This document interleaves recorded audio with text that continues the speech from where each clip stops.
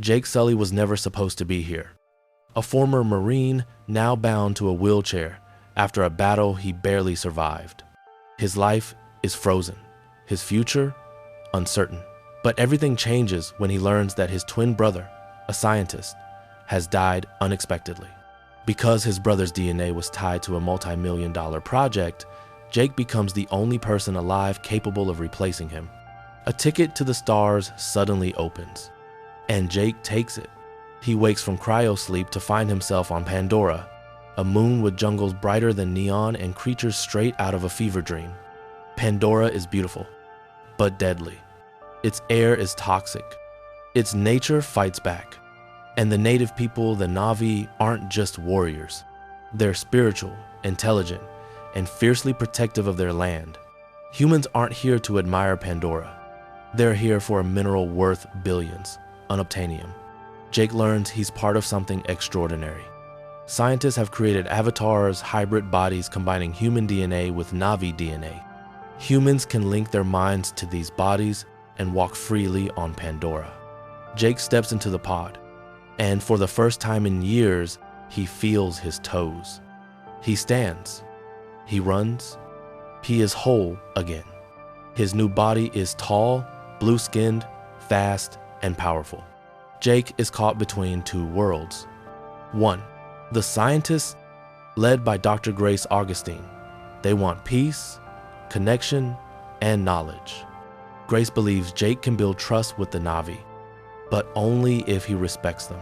The military and corporates, led by Colonel Miles Quaritch, a hardened soldier who sees Pandora as a battlefield waiting to happen, and Parker Selfridge, the corporate leader who sees it as profit. They give Jake a different mission.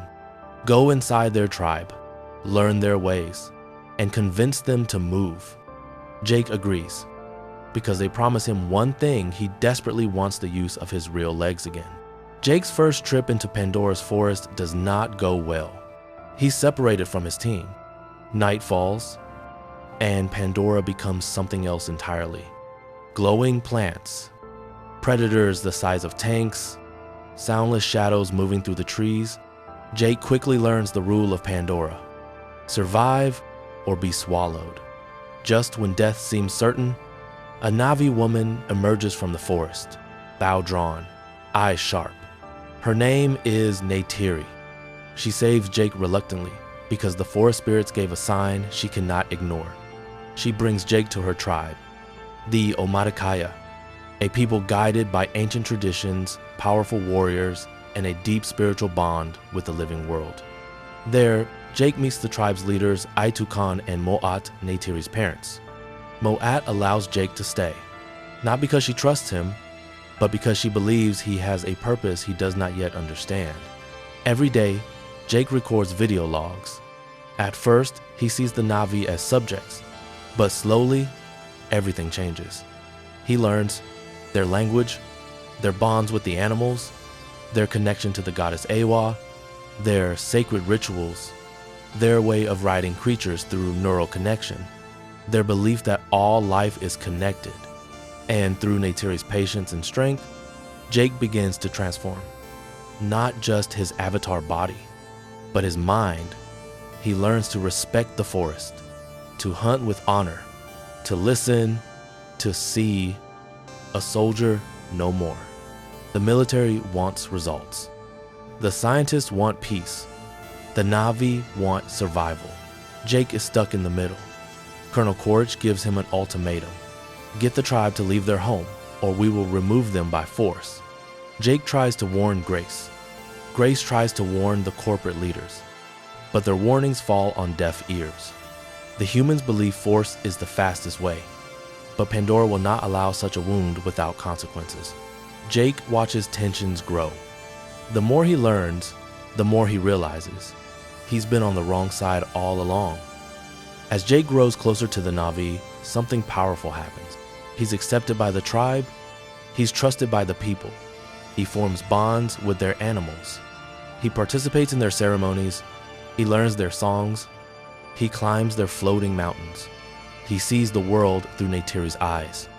Day after day, his human life drifts further away. His mission becomes unclear.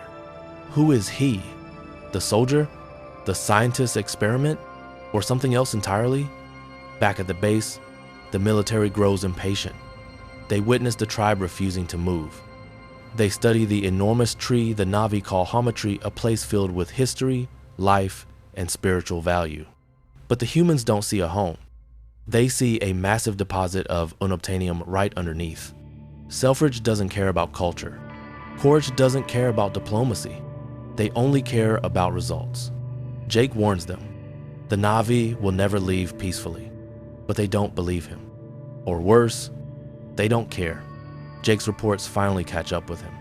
His recorded logs, his growth with the Na'vi, his shifting loyalty, the humans see it as betrayal.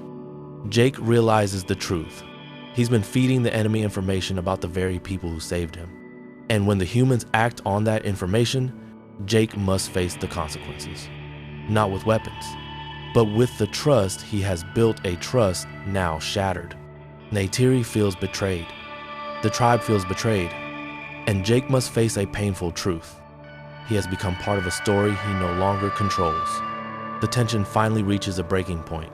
Humans prepare machines, aircraft, and soldiers. The Na'vi prepare their warriors, hunters, and spirit guides. Pandora itself seems to sense what's coming. The animals grow restless. The trees echo with warnings. The air grows heavier. Jake sees the destruction coming, but he is powerless to stop it. Not yet, because before he can fight for the Na'vi, he must first prove he belongs with them. And before Pandora faces its greatest battle, Jake Sully must face the greatest battle inside himself. Please subscribe for more videos, comments, share, and like.